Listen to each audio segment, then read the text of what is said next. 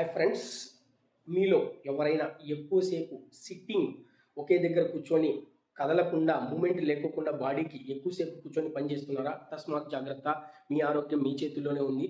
ఎక్కువసేపు ఒకే దగ్గర కూర్చొని పనిచేయడం వల్ల మనకు బ్లడ్ సర్క్యులేషన్ అనేది చాలా తక్కువైపోతుంది. దీనివల్ల ఏంటంటే 20% ఎక్స్ట్రా ఛాన్సెస్ అయితే ఉన్నాయన్నమాట డిసీజెస్ రావడానికి.